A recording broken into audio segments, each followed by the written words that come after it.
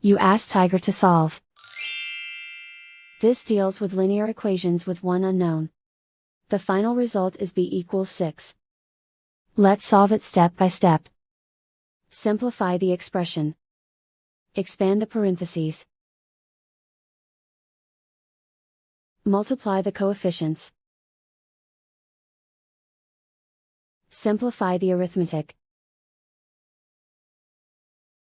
Group like terms. Combine like terms.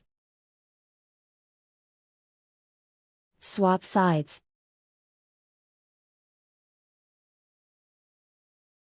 Group all constants on the right side of the equation.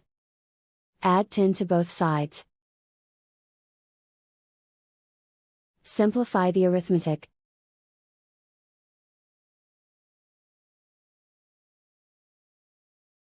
Isolate the b. Divide both sides by 19.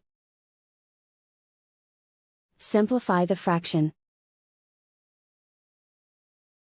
Find the greatest common factor of the numerator and denominator. Factor out and cancel the greatest common factor.